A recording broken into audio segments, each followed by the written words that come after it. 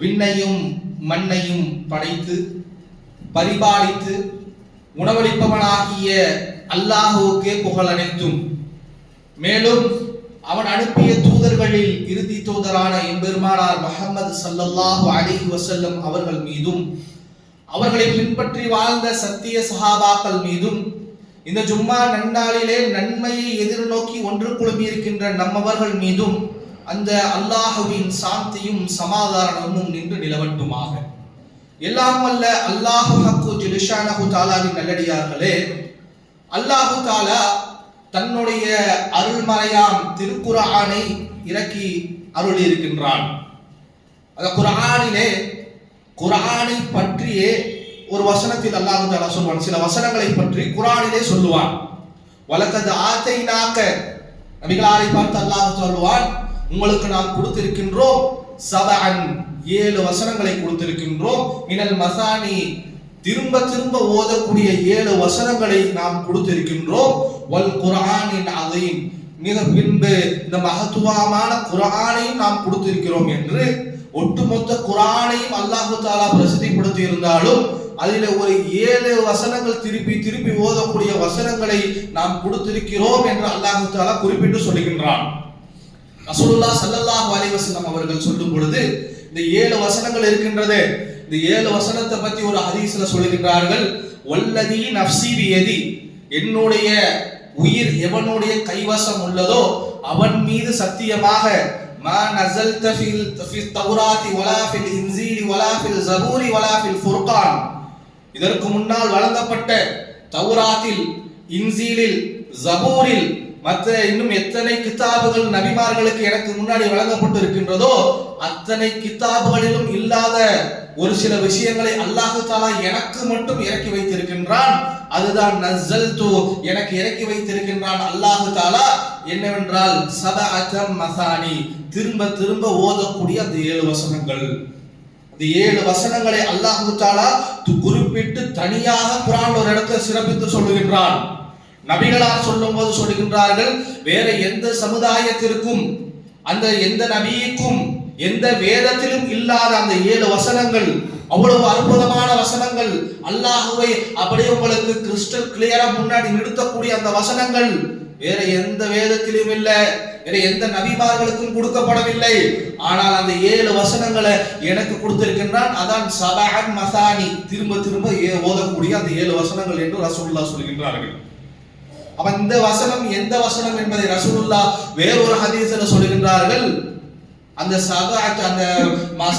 சபஅன் மசானி, திரும்ப திரும்ப ஓதக்கூடிய 7 வசனங்கள் எதுவென்றால் அல்ஹம்துலில்லாஹ், அல்ஹம்துலில்லாஹி ரப்பில் ஆலமீன் ஓதுறோமே அந்த சூரா தான். அது உம்முல் கிதாப், ஒட்டுமொத்த கிதாப் குர்ஆனை 30 ஜுஸ் வைத்திருக்கின்றோமே, இந்த ஒட்டுமொத்த குர்ஆனுக்கும் தாயாக இருக்கக்கூடியது இந்த அல்ஹம்து சூரா, அல்ஹம்துலில்லாஹி ரப்பில் ஆலமீன் என்று சொல்லக்கூடிய இந்த சூரா என்று ரசூலுல்லாஹ் சொல்கிறார்கள். உம்முல் கிதாப், அது திரும்ப திரும்ப சபஅன் மசானி, திரும்ப திரும்ப ஓதக்கூடிய 7 வசனங்கள். அது மட்டுமல்ல, அந்த 7 வசனங்களை நீங்கள் புரிந்து கொண்டீர்கள் என்று சொன்னால் அந்த 7 வசனங்களில் இருக்கக்கூடிய கருத்துகள் இருக்கின்றது ஒட்டுமொத்த குர்ஆனுக்கும் தாயை போன்றது.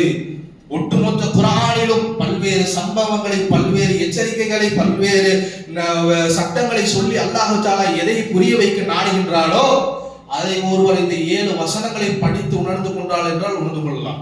குர்ஆன்ல ஒருத்தருக்கு என்ன இருக்குன்னு தெரியணுமா? 30 ஜுஸ்ல 114 சூறாவுல அல்லாஹ் என்ன சொல்ல வருகிறான் என்பதை ஒருவர் விளங்கிக் கொள்ள வேண்டுமா?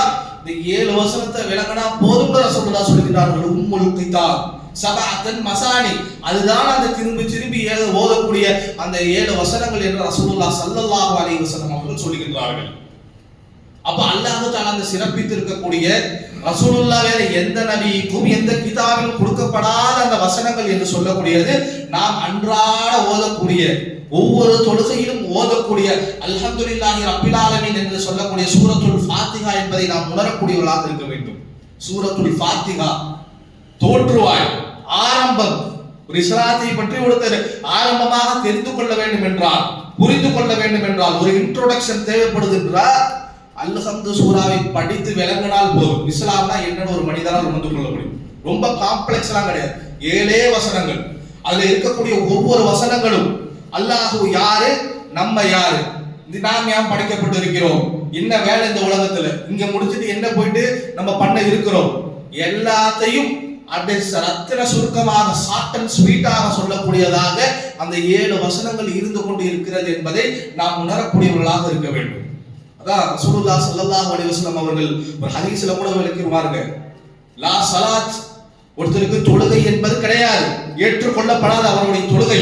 யாருடைய தெரியுமா? லிமன் தக்ரா சூரத்துல் ஃபாத்திஹா உம்முல் கிதாப், எவர் ஒரு தொழுகையில அல்ஹம்து சூராவை ஓதலையோ அவருடைய தொழுகை ஏற்றுக்கொள்ளப்படாது. அந்த தொழுகைக்கு எந்த ஒரு அங்கீகாரமும் அல்லாஹ்விடத்துல கிடையாது என்று ரசூலுல்லாஹ் சொல்கின்றார்கள். ஒரு தொழுகையே ஒருத்தர் பாத்திலாக்கணும் ஆக்கக்கூடியதாக இந்த சூரத்துல் ஃபாத்திஹாவை விடுவது இருக்க வேண்டும் என்று சொன்னா அந்த வசனங்களுடைய அந்த முக்கியத்துவத்தை நாம் புரிந்து கொள்ளக்கூடியவர்களாக இருக்க வேண்டும். லா ஸலாத்த, சூரத்துல் ஃபாத்திஹா ஓதாம ஒருத்தர் தொழுக முடியாது. தொழுகை இல்லாதவன் முஸ்லிமாக இருக்க முடியாது. இன்ன பைனி வ பைனஹு தரக்கு ஸலா, தொழுகை தான் ஒரு முஃமினுக்கும் காஃபிருக்குமான அடையாளம் என்ற வசனங்களை எல்லாம் நாம் படித்திருக்கிறோம், ஹதீஸ் எல்லாம் கேள்விப்பட்டிருப்போம் நம்ம.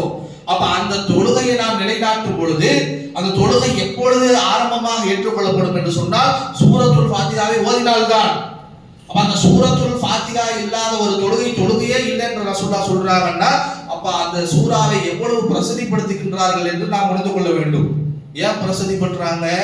சூரத்துல் ஃபாத்திஹாவை ஏன் பிரசித்திப்படுத்த வேண்டும்? ஏனென்றால் அதுல இருக்கக்கூடிய அம்சங்கள் அப்படி, அதுல சொல்லக்கூடிய கருத்துக்கள் அப்படி, அதுல இருக்கக்கூடிய விளக்கங்கள் அப்படி என்பதை நாம் ஆரம்பமாக புரியக்கூடிய மக்களாக இருக்க வேண்டும். அப்ப ரசூலுல்லாஹ் தொடர்ந்து சொல்கின்றார்கள், இந்த சூரத்துல் ஃபாத்திஹா இருக்கின்றதே, இது ஒருவர் தன்னுடைய தொழுகையில நின்று அல்ஹம்துலில்லாஹி பிஸ்மில்லாஹ் சொல்லி அல்ஹம்துலில்லாஹி ரப்பில் ஆலமீன் என்று ஓதுவார் என்று சொன்னால் அந்த வசனத்தை ஓத அந்த தொழுகையில அல்லாஹ் அவரோடு பேசுவான். அல்ஹம்து சூராவை நம்ம ஓதுறோமே, தக்பீரை கட்டி சனாவை ஓதிட்டு அல்ஹம்துலில்லாஹி ரப்பில் ஆலமீன் என்று ஓதுகின்றோமே, அது சாதாரண ஓதல் மட்டும் கிடையாது. நேரடியாக அல்லாஹ்வோடு நாம் பேசிக் கொண்டிருக்கின்றோம். அந்த நம்ம பேசுற நம்மளுடைய பேச்சுக்கு ஒவ்வொரு வசனத்திற்கும் அல்லாஹ் தஆலா பதிலளித்துக் கொண்டிருக்கிறான் என்று ரசூலுல்லாஹ் ஸல்லல்லாஹு அலைஹி வஸல்லம் அவர்கள் சொல்கிறார்கள். அதே போல அல்ஹம்து சூரா ஒருத்தர் நின்று தக்பீர் கட்டிட்டு ஓதுறப்ப ஒவ்வொரு தொழுகையிலும் துணை சூறாவாக எதை வேண்டுமானாலும் ஓதிக்கொள்ளலாம். ஆனால் ஒவ்வொரு ரகாத்திலையும் ஒருத்தர் அல்ஹம்து சூரா ஓதியே ஆக வேண்டும். ஒவ்வொரு தொழுகையிலும் நின்று அல்ஹம்துலில்லாஹி ரப்பில் ஆலமீன் என்று டிக்ளேர் பண்ணியே ஆகணும். அப்ப அல்லாஹ் ரசூலுல்லாஹ் சொல்கின்றார்கள், ஒரு மனிதர் தொழுகையில் நின்று தக்பீர் கட்டி அல்லாஹ்விட்ட அந்த சூரத்துல் ஃபாத்திஹாவுடைய ஒவ்வொரு வசனத்தை ஓதும் பொழுதும் அல்லாஹ் தஆலா ரிப்ளை பண்ணிக்கிட்டே இருக்கிறான். அல்லாஹ் அக்பர் கட்டி அல்ஹம்துலில்லாஹி ரப்பில் ஆலமீன் என்று சொல்லும் பொழுது அல்லாஹ் தஆலா பதிலளிக்கிறான், ஹமிதனி அப்தி, என்னுடைய அடியான் என்னை எப்படி பெருமைப்படுத்த வேண்டுமோ அவ்வாறு பெருமைப்படுத்தி விட்டான். அல்ஹம்துலில்லாஹி ரப்பில் ஆலமீன் நம்ம ஓதுறோமே, அந்த ஓதுதலை கேட்கக்கூடிய அல்லாஹ் நமக்கு பதிலளித்துக் கொண்டிருக்கின்றான். ஹமிதனி அபிதி, என்னுடைய அடியான் என்னை எவ்வாறு புகழ வேண்டுமோ அப்படி புகழ்ந்து விட்டான். உங்களுக்கு வருஷ கணக்காக நமக்கு விவரம் தெரிஞ்சதிலிருந்து நம்ம தொழுகையை ஆரம்பிச்சிலிருந்து அல்ஹம்துலில்லாஹி ரப்பில் ஆலமீன் என்பதை நாம் ஓதிக்கொண்டுதான் இருக்கின்றோம். நாம் ஓதும் பொழுதெல்லாம் அல்லாஹ் பதிலளித்துக் கொண்டுதான் இருக்கின்றான். அல்ஹம்துலில்லாஹி ரப்பில் ஆலமீன் இதுல என்ன இருக்குது? அப்படி என்ன நான் சொல்லிவிட்டேன், அல்லாஹ் தஆலா என்னை புகழ வேண்டிய விதத்துல புகழ்ந்துட்டான், என்னை பார்த்து சொல்ற அளவுக்கு இந்த அல்ஹம்துலில்லாஹி ரப்பில் ஆலமீன்ல என்ன இருக்குது என்பதை நாம் சிந்திக்க கடமைப்பட்டிருக்கின்றோம். அல்ஹம்துலில்லாஹி ரப்பில் ஆலமீன் இருக்கின்றது, இது சாதாரண வார்த்தை அல்ல. மனிதன் தன்னை சரணடைந்து விட்டான், தன்னை அல்லாஹ்விடத்தில் ஒப்படைத்து விட்டான். அல்லாஹுதான் என்னுடைய இரட்சகன், அல்லாஹுதான் என்னை படைத்தவன், அல்லாஹுதான் என்னை பரிபாலிக்க கூடியவன், அல்லாஹுதான் எனக்கு படி அளக்கக்கூடியவன் என்று தொழுகையில நின்று டிக்ளேர் பண்றான்னு அர்த்தம். அல்ஹம்துலில்லாஹ், புகழ் அனைத்தும் அல்லாஹ்விற்கு. அல்ஹம்துலில்லாஹ் ரப்பில் ஆலமீன், எதற்காக தெரியுமா? நான் அல்லாஹ்வை பெருமைப்படுத்துகின்றேன் என்று சொல்றோமே, அல்ஹம்துலில்லாஹ் அல்லாஹ்வுக்குத்தான் அனைத்து விதமான பெருமையும். எதனால் தெரியுமா? ரப்புல் ஆலமீன், அவன் இந்த அகிலத்தை படைத்து பரிபாலித்து கண்ட்ரோல்ல வச்சிருக்கிறவன். இந்த உலகத்தில் இருக்கக்கூடிய எதுவும் அவனுடைய அனுமதி என்று அசைவது கிடையாது. அவன் படைத்ததை தவிர இந்த உலகத்தில் ஒன்றும் கிடையாது. மனிதனாகி நான் இருக்கின்றேனே, என்னை படைத்தவன் அல்லாஹ். நான் எப்படி பிறக்க வேண்டும்? நம்மளாம் பிறந்திருக்கிறோமே, புதுப்பட்டியில பிறந்திருக்கிறோமே, தமிழ் பேசக்கூடியவர்களாக இருக்கிறோமே, நம்மளுடைய தாயாரை நாம் முடிவு செய்தோமா? இன்னாருக்குதான் பிள்ளையா பிறக்கணுங்கிறத நான் முடிவு செய்தோமா? அல்லாஹ் முடிவு செய்தான். அதுதான் ரப்புல் ஆலமீன்ங்கிற வார்த்தைக்குள்ள அது அடங்கும். இந்த எத்தனையோ பாஷைகள் பேசக்கூடிய எத்தனையோ நாடுகள் எத்தனையோ ஊர்கள் இருக்கக்கூடிய நிலையிலே தமிழ் பேசக்கூடியவர்களாக இந்த ஊர்ல பிறக்கக்கூடியவர்களாக இருந்தவன் இந்த ஊர்ல பிறக்கணுங்கிறத நாம் முடிவு செய்தோமா? இந்த மொழியை பேச வேண்டும் என்பதை நாம் முடிவு செய்தோமா? அல்லது நம்ம கண் இப்படி இருக்கணும், நம்மளுடைய மூக்கு இப்படி இருக்கணும், நம்மளுடைய வாய் இப்படி இருக்கணும், நம்ம ஹைட் இவ்வளவு இருக்கணும், நம்மளுடைய உடல் எடை இவ்வளவு இருக்கணும், நம்மளுடைய கலர் இப்படி இருக்கணும், இதெல்லாம் நாம் முடிவு செய்தோமா? ரப்புல் ஆலமீன் அகிலத்தை படைக்கக்கூடியவன் எல்லாத்தையும் படைத்தான், என்னையும் படைத்தான். இன்னும் குழந்தையா இருக்கும் பொழுது நான் ஆம்பளையா பிறக்கணுமா பொம்பளையா பிறக்கணுமாங்கிறத கூட நான் முடிவு செய்யவில்லை. எனக்கு தெரியாது. நான் ஒரு கட்டத்துல வளர்ந்து எனக்கு முடிவெட்டி விடுறது, எனக்கு ட்ரெஸ் போட்டு விடுறதையும் பார்த்துதான் நான் ஆண் பிள்ளை, நான் ஒரு ஆம்பளை பிள்ளைங்கிறதே நான் உணர்ந்து கொண்டேன் என்று நினைதான். அது அநேகமான எல்லாத்துக்கும் அப்படிதான் இருக்கும். பிறக்கும் போது நம்ம என்ன பையனு தெரியுமா பொண்ணு தெரியுமா? அப்போ இது எதுவுமே நம்மளுடைய கையில கிடையாது. என்னை படைத்தவன் எங்க பிறக்கணும், யாருக்கு பிறக்கணும், என்னவாக பிறக்கணும் என்பது அனைத்தையும் தீர்மானிக்க கூடியவன் அல்லாஹ் தான். அவன்தான் ரப்புல் ஆலமீன். எனவே அவனை பெருமைப்படுத்துகிறோம் என்று அல்ஹம்துலில்லாஹி ரப்பில் ஆலமீன் என்று சொல்லும் பொழுது ஒட்டுமொத்தமாக ஒரு மனிதன் அல்லாஹ்விடத்தில் சரணடைந்து விடுகின்றான். என்னுடைய பிறப்பு என் கையில இல்லை, இந்த காலத்துல தான் பிறக்க வேண்டும் என்பது என்னுடைய கையில இல்லை, இன்னும் இன்னாருக்கு தான் பிறக்கணும்னு என்னுடைய கையில இல்லை. ஏன் என்னுடைய தலையில முளைக்கின்றது முடி, இது கொட்டணுமா, அது கோர முடியா இருக்கணுமா, சுட்ட முடியா இருக்கணுமா, வெள்ள முடியா இருக்கணுமா, பிரவுன் முடியா இருக்கணுமா, அது கூட என்னுடைய கையில இல்லை. எத்தனை முடி இருக்கணும், அடர்த்தியாக இருக்கணுமா, செப்பட்டையாக இருக்கணுமா, இந்த முடி கூட என்னுடைய அதிகாரத்தில் இல்லை, என்னுடைய கண்ட்ரோல் இல்லை. யாருடைய கண்ட்ரோல்ல இருக்குன்னா அல்லாஹ்வுடைய கண்ட்ரோல்ல இருக்குது. அப்படிங்கிறது ஒத்துக்கிறது தான். அதை நின்னுக்கிட்டு நம்ம டிக்ளேர் பண்றோம் அல்லாஹ்வுக்கு முன்னாடி. அல்ஹம்துலில்லாஹி ரப்பில் ஆலமீன் சொல்கின்றோமே, வெறுமனே வந்துட்டு பூஜை செய்யக்கூடிய பலிஸ்காரம் செய்யக்கூடிய வார்த்தைகள் அல்ல. இந்த வார்த்தையை நம்ம சொல்லும் பொழுது டிக்ளேர் பண்றோம், அல்லாஹ் என் கையில எதுவுமே இல்லை, என்னுடைய ஓனர் நீதான். ரப்புனா ஓனர் அர்த்தம், ரப்புனா அதிபதி அர்த்தம், ரட்சகன் அர்த்தம். என்னுடைய ரட்சகன் நீதான். என்னுடைய ரட்சகன் மட்டுமல்ல, என்னைய மாதிரி யார் யாரெல்லாம் இருக்கின்றார்களோ அவர்களுடைய ரட்சகனும் நீதான். என்னை மாதிரி எதெல்லாம் இருக்கின்றதோ, உயிரினங்களாக இருக்கட்டும், உயிரற்றவையாக இருக்கட்டும், வானமாக இருக்கட்டும், பூமியாக இருக்கட்டும், அனைத்துக்கும் ரட்சகன் நீதான்.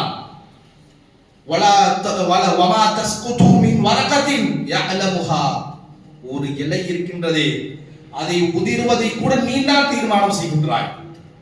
இலை முளைக்கிறது இருக்கு, இலை புழுவுறதுன்னா முதல்ல விதை முளைக்கிறதுன்னு ஒண்ணு இருக்கு, அது வளர்றதுன்னு இருக்குது, அந்த செடிக்கு உணவு கொடுக்கறதுன்னு ஒண்ணு இருக்குது.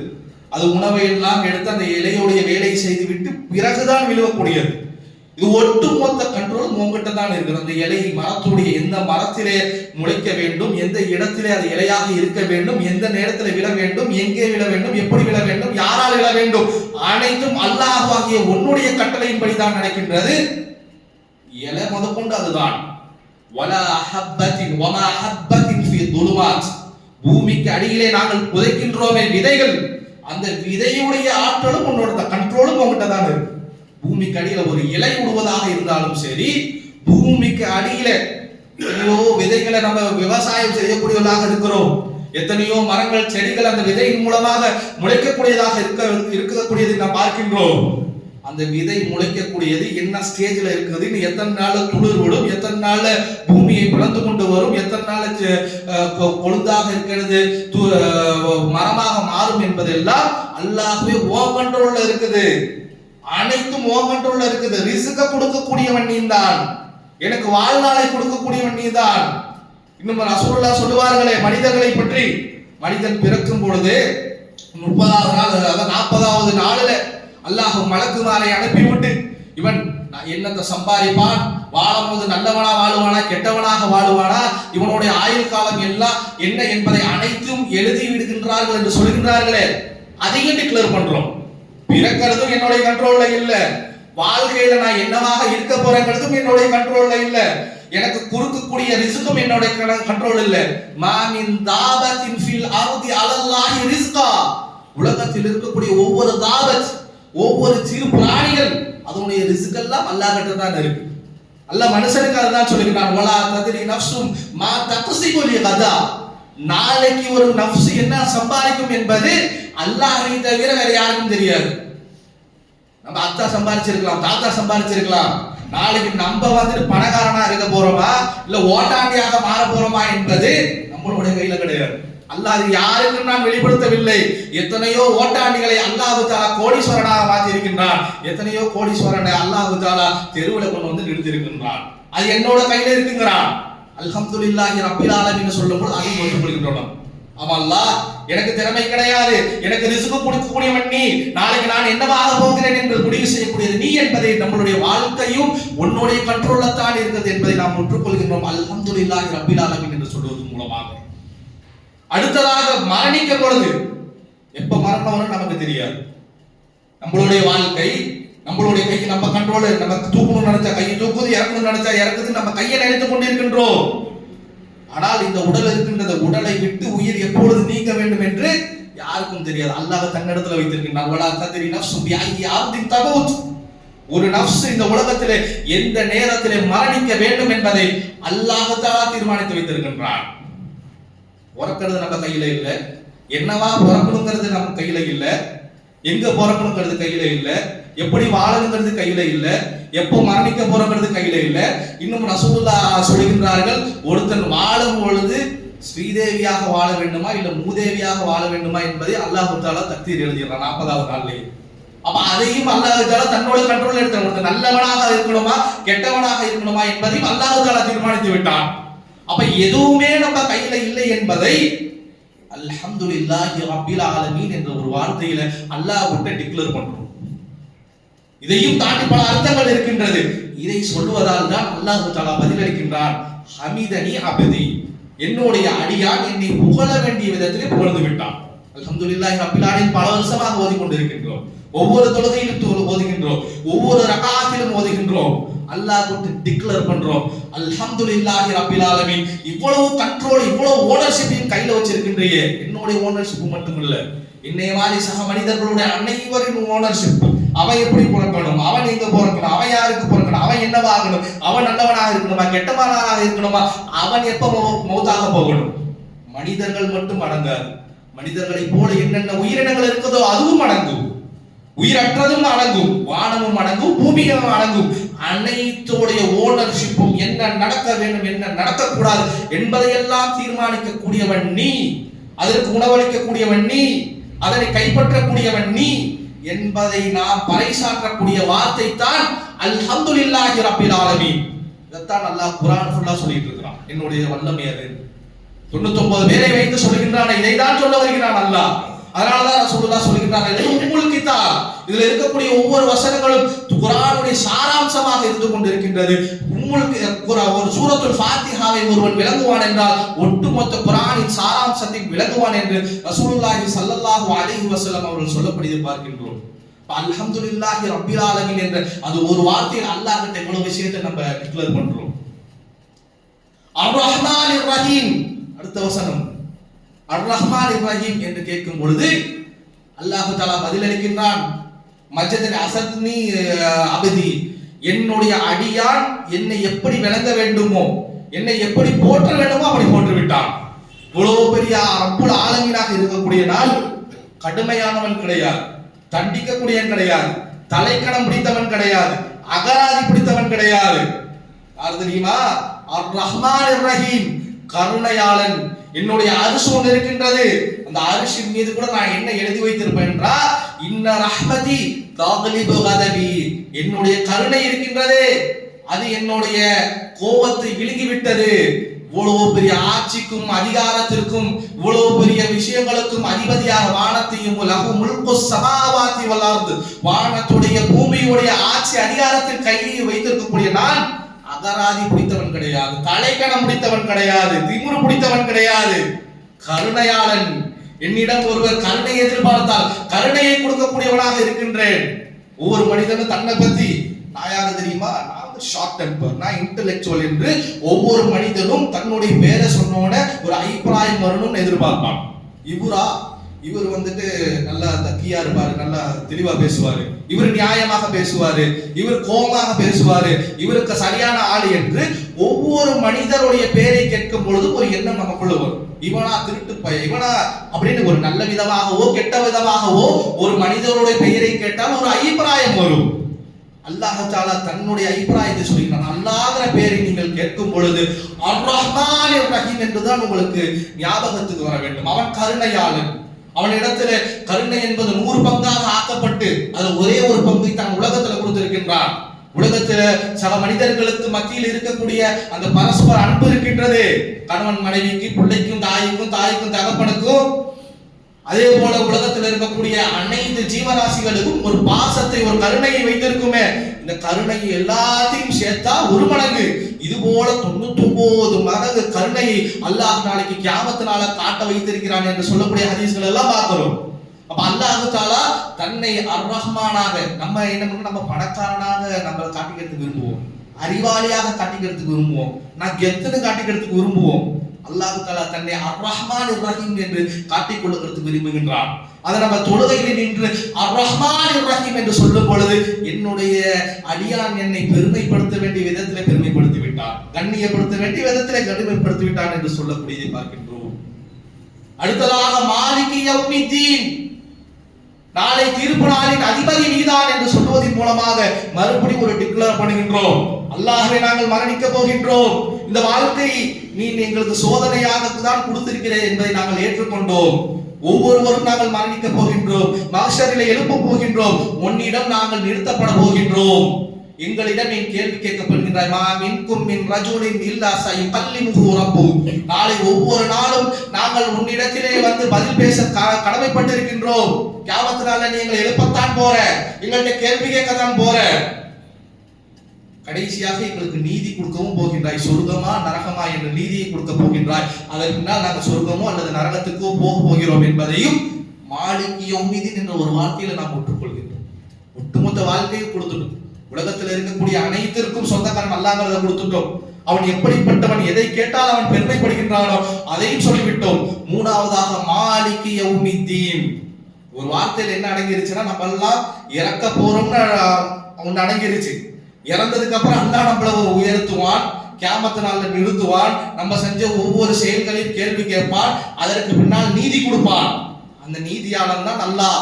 அந்த நாள் இருக்கின்றது, அதனுடைய அதிபதி நீதான், அந்த கொடுக்கக்கூடிய நீதியாளர் நீதான். எங்களுக்கு சொர்க்கமோ நரகமோ நீ கொடுக்க இருக்கிறாய் என்பதை நாங்கள் ஒத்துக்கொள்கின்றோம், பறைசாற்றுகின்றோம். ஒவ்வொரு தொழுகையிலும் உன்னிடம் வந்து டிக்ளேர் பண்றோம் என்று சொல்லக்கூடிய வார்த்தை தான் மாலிகி யௌமித்தீன். சொன்னோம் அல்லாஹ் தஆலா இந்த இவ்வளவு பெரிய அர்த்தம் பொருந்திய அந்த வார்த்தைகளை சொல்லும் பொழுதுதான் அல்லாஹ் தஆலா பதிலளிப்பான். மஜ்ஜதனி அபதி, என்னை எவ்வளவு மேன்மைப்படுத்த முடியுமோ அவ்வளவு மேன்மைப்படுத்தி விட்டான் என்னுடைய அடியான் என்று சொல்லக்கூடியதை பார்க்கின்றோம். எல்லாம் அல்ல அல்லாஹ்வின் நல்லடியாக இதனுடைய தொடர்ச்சி 2வது உரையில் பார்ப்போம்.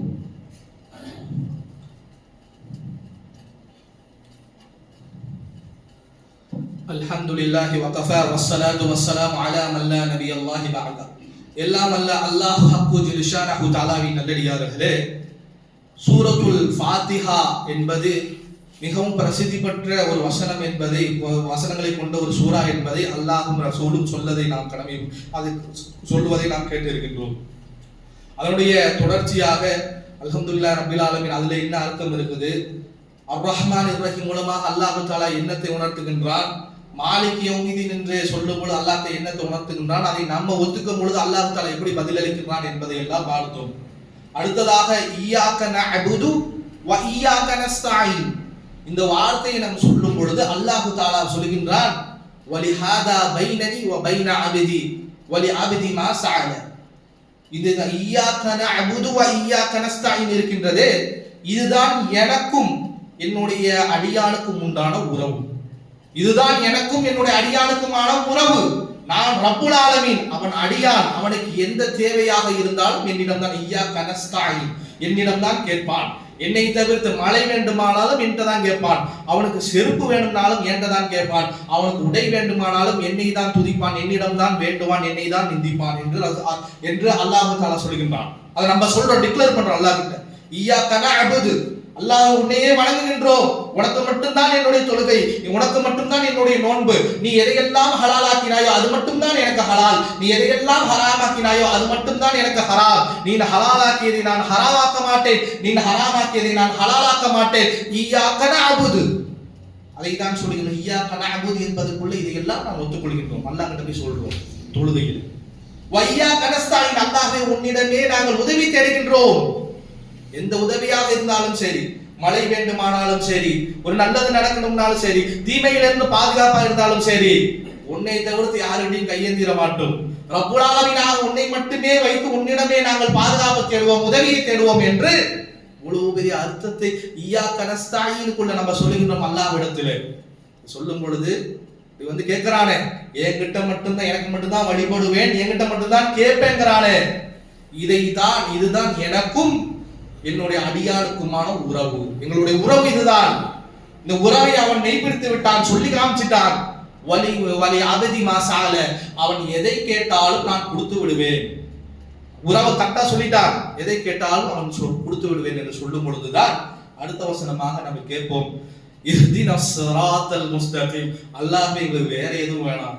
இஹ்தினஸ் ஸிராத்தல் முஸ்தகீம், உன்னுடைய மார்க்கத்திலே நேராக நடக்கக்கூடிய ஒரு வாய்ப்பை கொடு போதும், நேர்வழியை எங்களுக்கு காட்டு போதும், வேற எதுவும் எங்களுக்கு வேண்டாம். எங்களை படைத்தாய், பரிபலித்தாய், உணவளிக்கிறாய், நாளைக்கு எங்களை எழுப்ப இருக்கிறாய், எங்களை கேள்வி கேட்க இருக்கிற, சொர்க்கத்துல போட இருக்கிற, உங்கள்கிட்ட வேற எதுவும் வேண்டாம். இந்த பாதையில நேராக நித்தமாக நடக்கக்கூடிய ஒரு சிராத்தல் முஸ்தகீம் எங்களுக்கு கொடு, போதுமானது என்று கேட்கின்றோம். சொல்லிவிட்டு அந்த சிராத்தல் முஸ்தகீம் என்ன என்பதை தொடர்ந்து சொல்கின்றோம். கைரில் மக்தூபி அலைஹிம், உன்னால் யாரு கோபத்திற்கு ஆளானார்களோ, இப்படிப்பட்ட ரஹ்மானாகிய ரஹீமாகிய நீ இருக்கும் பொழுது, ரஹ்மான்ங்கிற அந்தஸ்துல உன்னை நாங்கள் எல்லாம் பார்க்கும் பொழுது, சில மக்கள் உன்னுடைய கோபத்துக்கு ஆளானாங்களே, அவர்களுடைய பாதையை காட்டி விடாதே அல்லாஹ். வலதால்லீன், இப்படி உன்னுடைய பாதை நேரானதாக இருக்கும் பொழுது சில வழி தவறி போனார்களே, அந்த பாதையும் எங்களுக்கு காட்டிடாதா அல்லாஹ். உன்னுடைய நேர்வழியை காட்டு, உன்னை அடையக்கூடிய, உன்னுடைய சன்னிதானத்தை அடையக்கூடிய, உன்னை மட்டும் சொல்லக்கூடிய, உன்னை மட்டும் வணங்கக்கூடிய அந்த நேரான வழியை காட்டு என்று நாம் கேட்கின்றோம். அதுதான் அல்லாஹ் முன்னாடியே சொல்லிட்டான். இந்த துஆவை கேட்கறதுக்கு முன்னாடியே, என்னுடைய அடியான் எதை கேட்டாலும் நான் கொடுத்து விடுவேன் என்று சொல்லும் பொழுது, இறுதியாக அந்த வசனத்துடைய கடைசியாக இந்த பிரார்த்தனையை நாம் செய்கின்றோம். இஹ்தினஸ் ஸிராத்தல் முஸ்தகீம், நேர்வழியை நாங்களுக்கு காட்டு என்று நாம் கேட்கின்றோம். கேட்டவுடன் அல்லாஹ் தஆலா மறுபடியும் இந்த வசனத்துக்கு மாதிரி ஏற்கனவே சொல்லியிருந்தேன், என்னோட அடியான் எதை கேட்டாலும் கொடுப்பேன் என்று சொல்லியிருந்தேன். அவன் நேர்வழியை நாடி என்னிடம் கேட்கின்றான். வலிமா சால, அவன் எதை கேட்டானோ அது அவனுக்கு கொடுக்கப்படும் என்று சொல்லக்கூடியது பார்க்கின்றோம். அந்த நேர்வழியை அல்லாஹ் கிட்ட தான் கேட்கிறோம். இதை உணர்ந்து புரிந்து நாம் கேட்கும் போது அல்லாஹ் தஆலா இதை நமக்கு கொடுக்கக்கூடியவனாக இருக்கிறான் என்பதை நாம் உணரக்கூடியவர்களாக நாம் இருக்க வேண்டும். ரசூலுல்லாஹ் இந்த கடைசி வசனம் சம்பந்தமாக ரசூலுல்லாஹ் ஒரு வார்த்தை சொல்லுவாங்க, இதா காலல் இமாம் கைரில் மக்தூபி அலைஹிம் வலதால்லீன், உங்களுடைய இமாம் உங்கள்கிட்ட இந்த சூராவை கடைசியில் கைரில் மக்தூபி அலைஹிம் வலதால்லீன் என்று ஓதும் பொழுது ஃபகூலு ஆமீன், நீங்க ஆமீனுக்கு சொல்லுங்க. எப்படிப்பட்ட பிரார்த்தனையை கேட்கின்றீர்கள்? அப்படி இமாம் கேட்கும் பொழுது நீங்க ஓதுறதுக்கான வாய்ப்பு இல்லை. எனவே நீங்களும் அந்த துஆவை ஆமோதியுங்கள், அந்த துஆவை நீங்களும் சேர்த்துக்கலாம். ஆமீன் என்ற வார்த்தையை சொல்லுங்கள். இதா வஃத கவுலுஹு வ கவுலல் மலாயிகா, நீங்கள் ஆமீன் சொல்லும் பொழுது மலக்குமார்களும் ஆமீன் சொல்லுவார்கள். நீங்க ஆமீன் சொல்றீங்களே, நீங்க சொல்லக்கூடிய ஆமீனும் மலக்குமார்கள் சொல்லக்கூடிய ஆமீனும் ஒத்து போகும் என்று சொன்னால், உங்களுடைய முன்பாவங்கள்ல எதெல்லாம் மன்னிக்கத்தக்கதோ அதையெல்லாம் அல்லாஹ் மன்னித்து விடுவான் என்று ரசூலுல்லாஹ் சொல்லக்கூடியது பார்க்கின்றோம். ஆமீன் சொல்றதுல அல்லாஹ் தஆலா முன்பாவத்தை மன்னிக்கக்கூடியவனாக இருக்கிறான் என்பதை விளங்கக்கூடியவர்களாக இருக்க வேண்டும். ஏன் இந்த சலுகை என்றால், கேட்கக்கூடிய பிரார்த்தனை எப்படி முன்பாவங்கள் எல்லாம் மன்னிக்கப்பட்டுருச்சுன்னு சொன்னாவா இந்த மனுஷன் ஆமீன் சொல்லி அந்த பிரார்த்தனையுடைய பிரதிபலனை பெற்றுக் கொள்வான் என்பதற்காக ரசூலுல்லாஹ் இப்படி சொல்லி கொடுத்திருக்கிறார்கள் என்பதை உணரக்கூடியவர்களாக இருக்க வேண்டும். ஆக எல்லாம் வல்ல அல்லாஹ்வின் நல்லடியார்களே, சூரத்துல் ஃபாத்திஹாவிலே அல்லாஹ்வோடு உரையாடி கொண்டிருக்கின்றோம். அல்லாஹ்விட்ட டிக்ளேர் பண்றோம், அல்லாஹ்கிட்ட நம்ம யாருங்கிறத போய் நம்ம சொல்லி, அல்லாஹ் யாருங்கிறத சொல்லி, நம்ம யாருங்கிறத சொல்லி அவன்கிட்ட பிரார்த்தனை கேட்டுக்கொள்கின்றோம் என்பதை உணர்ந்தவர்களாக நம்மளுடைய சூரத்துல் ஃபாத்திகாவை வருங்காலங்களில் ஓதக்கூடியவர்களாக நாம் இருக்க வேண்டும் என்று கூறியவனாக என்னுடைய உரையை முடித்துக் கொள்கின்றேன். வஆஹிரு தஅவானா அல்ஹம்துலில்லாஹி ரப்பில் ஆலமீன் வ அகீமுஸ் ஸலாத்.